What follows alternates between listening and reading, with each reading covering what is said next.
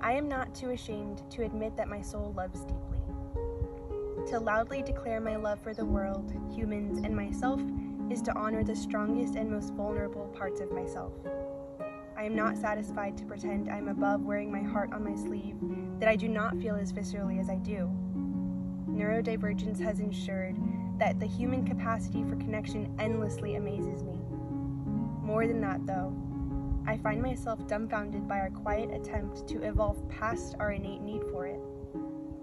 After assuming the role of an optimistic visionary, I took on the age-old debate of whether humans have any right to continue our quest for love, purpose, or beauty. It is undeniable that we have left untold destruction everywhere our collective fingertips have brushed.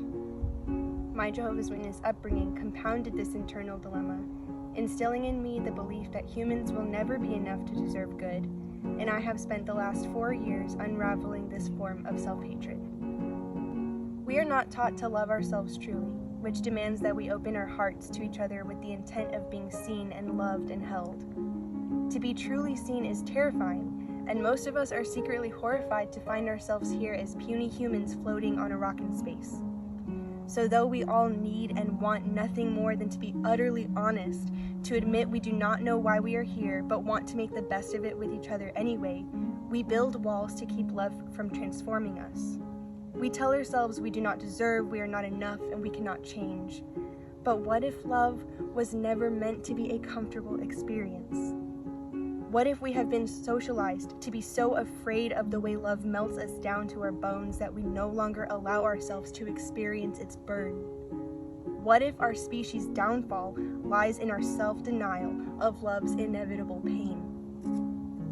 To meet love in its truest form is to first sit with your reflection until it is no longer uncomfortable. In sitting with your reflection, you must admit to the impurities and corners of the heart that are usually hidden away, even from yourself.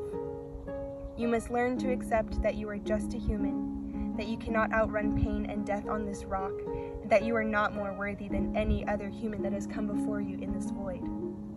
Through acceptance of these seemingly bleak truths comes the beauty that colors life.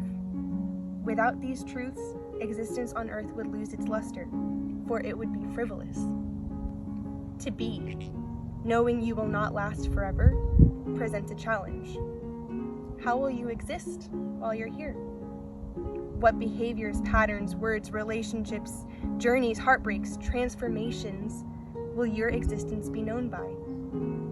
Time, as the human shadow, ensures each moment can be a choice to live meaningfully, but only if the opportunity is seized. Therefore, you are gifted with the ability to decide if you would like to exist, show up, behave, or love differently. Both your internal and external identities are harvested through everyday decisions, sown through seeds of intention, and watered by our constant stream of consciousness.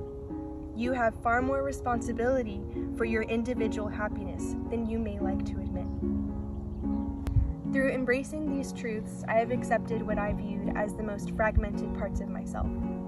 Self-hatred has kept me in a cycle of relinquishing the tender parts of myself in hopes of eventually being appreciated. Love has always run deep in the well of my soul. The question was never if I could love, but how to do so properly. The weight of self-hatred was lifted when I realized it is not only acceptable but necessary for me to hold on to some of that overflowing love for myself and then turn it out toward the world. Actively choosing to accept all parts of my being has transformed the way that I show up in life, the ways I place trust in myself and others. Lowering the walls of skepticism has made way for beauty to flourish in my life through more genuine connection to myself, the earth, and others. There is endless beauty and love to be found, and I believe that they are the same thing. They are in the eye of the beholder, and I'm happy to say that I look in the mirror a little more often.